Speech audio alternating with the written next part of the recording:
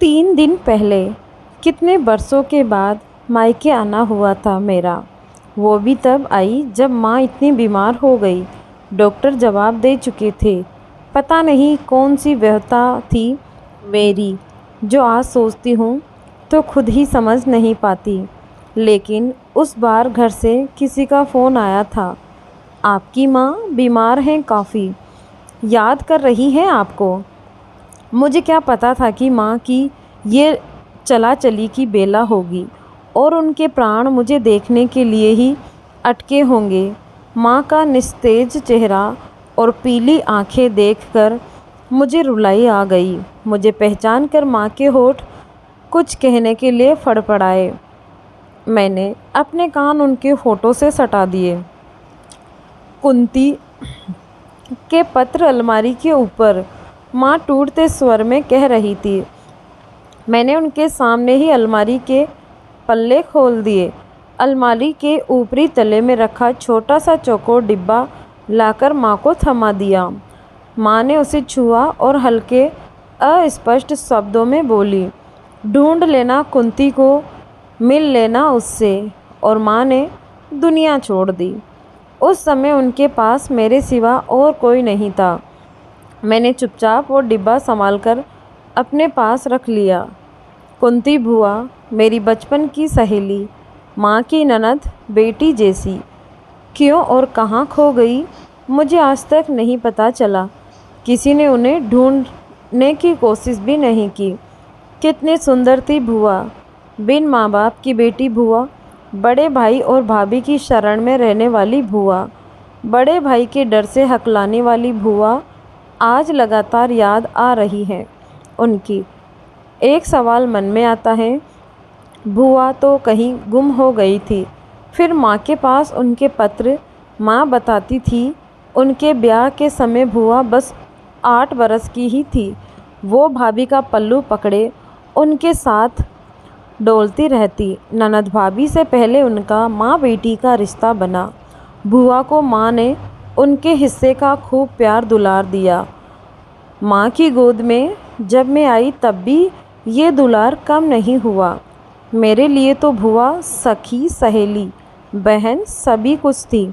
मेरा बचपन बुआ के साथ ही बीता। हमारी उम्र में भले ही 10 साल का अंतर था, लेकिन सारे खेल हम साथ ही खेलते। अक्कड़ दुक्कड़, गुट्टे गुड़िया का ब्याह, चरा अट्ठा और भी न जाने कौन कौन से खेल। मैंने उस चौकोर डिब्बे में रखे पत्रों को खोलना शुरू किया। पहला पत्र, भाभी, मैं उस नर्क से निकल आई जहाँ मैं मर मर कर जी रही थी। मुझे उम्मीद है कि तुम मुझे माफ़ कर दोगी। दूसरा पत्र, मैं मयंक के साथ हूँ भाभी, विश्वास करो कि मैं बहुत सुखी हूँ। पता है अब मैं हकलाती भी नहीं हूँ।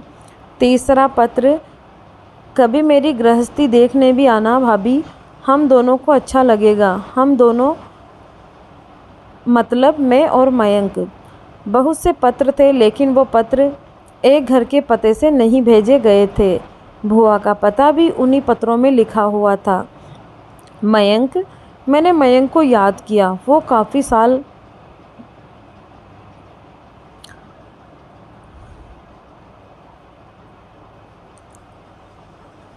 पहले पीली कोठी में रहने आया था। उसके घर वाले और रिश्तेदार किसी के ब्याह के लिए पीली कोठी में रुके थे। पीली कोठी इसीलिए किराए पर दी जाती थी। वही मयंक जो भुआ से कहा करता था, कुंती तेरे बाल अभी सोने जैसे हैं, अब चांदी जैसे हो जाएंगे, तब तू और भी सुंदर लगेगी। और कुंती भुआ की आंखें झुक जाती, गाल गुलाबी हो जाते। कई बरस पहले की बात है। उस दिन भुआ ने अपने घुटनों तक लंबे बालों को लपेटकर जूड़ा बनाया था।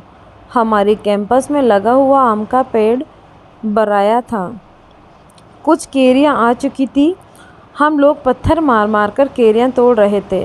8 बरस की मैं और 18 बरस की भुआ। अचक देखा, केरियां पटापट गिरने लगी। पलट कर देखा, हमारे गेट पर एक लड़का खड़ा हुआ था, बुआ का हम उम्र। उसके हाथ में गुलेल थी। मैंने दौड़कर गेट खोला और वो लड़का कैंपस के भीतर भुआ अपने आंचल में केरियां बटोर रही थी।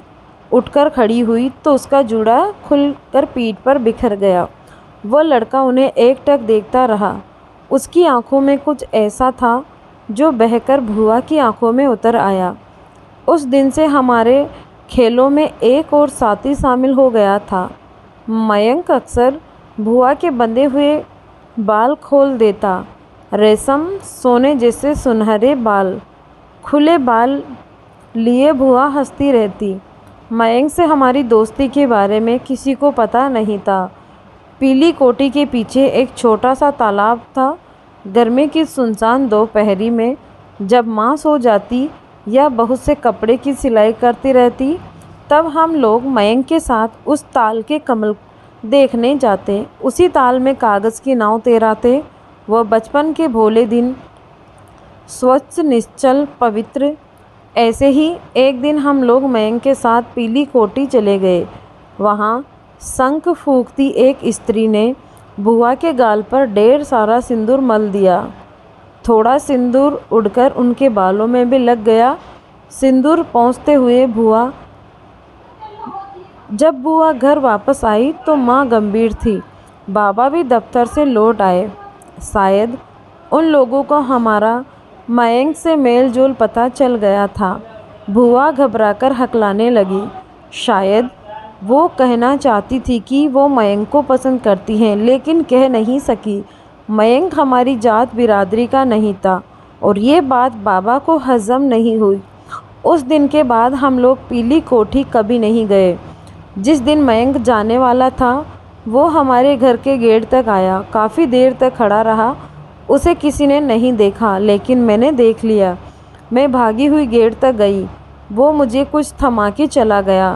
ताल से लाया कमल का एक फूल और सिंदूर की डिब्बी देते हुए बस यही कहा था उसने, कुंती के लिए। वो चला गया हमेशा के लिए।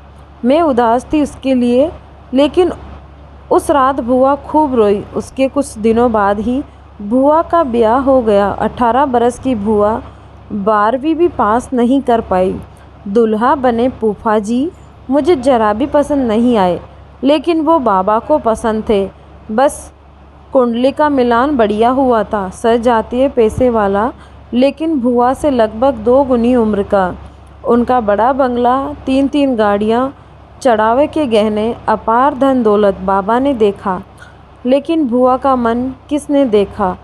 पहली विदा में लौटकर आई बुआ और भी अधिक हकलाने लगी। उनके चेहरे की उदासी माँ ने पढ़ ली और उन्हें अपने आंचल में समेट लिया। माँ भी बाबा के सामने कहाँ कुछ कह सकती थी। बुआ ससुराल लौट गई। वो इतनी चुप रहने लगी थी मानो बोलना ही भूल गई हो। और फिर कुछ ही समय बाद पता चला कि बुआ घर से गायब हो गई। उनके बारे में कुछ पूछने बात करने की मनाही हो गई। कुछ दिन बातें दबी रही, लेकिन जल्द ही अड़ोस पड़ोस रिश्तेदारों में सबको पता चल गया। खूब बदनामी हुई। फूफा नाम का वो व्यक्ति एक दिन कुछ लोगों के साथ हमारे घर आया। बाबा सिर झुकाए बैठे रहे। कुछ बहसों के बाद वे सब लौट गए। बात आ गई हो गई। धीरे धीरे सब लोग बुआ को भूल गए, लेकिन मुझे बुआ याद रह गई। कई बरस बाद मेरा भी ब्याह हुआ। प्रेम विवाह, विजातीय विवाह। अपनी गृहस्थी में रची बसी में समय के साथ ऐसे ही बहती रही। और आज माँ का अंत समय। माँ कितनी ही बातें मन में दबाए चली गई और मेरे मन में कितने ही संशय, कितनी शंकाएं। घंटी बजाते ही दरवाज़ा बुआ ने खोला। उम्र की परछाइयाँ उनके चेहरे पर पसरी थी। बुआ, मैं नीलांजना। बुआ ने मुझे अंक में भर लिया। मुझे थामे हुए वो भीतर ले गई। साधारण लेकिन सुंदर सजा धजा छोटा सा घर। कैसी हो बुआ? मैंने यूं ही पूछ लिया। जड़ों से टूट कर भी मैं टूटी नहीं नीला। बुआ हल्के से मुस्कुरा दी। मयंक है ना मुझे संभालने वाला। मुझे अच्छा लगा मुस्कुराती बुआ को देखकर। इतने दिन तुम कहाँ रही बुआ? मैंने तुम्हें हमेशा याद किया। मैं भी कहाँ भूली तुम सबको, लेकिन मुझे सब भूल गए। उदासी की एक लहर बुआ के चेहरे पर आकर चली गई।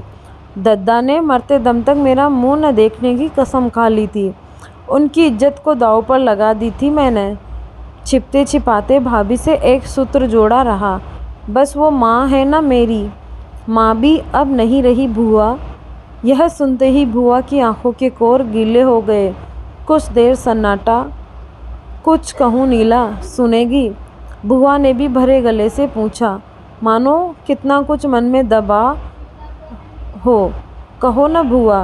पता है तुम्हें, मेरे सारे सपने शादी की पहली रात में ही टूट गए, जब नशे में धुत मेरे पति ने मेरी पंखों को नोचकर लहलुहान कर दिया।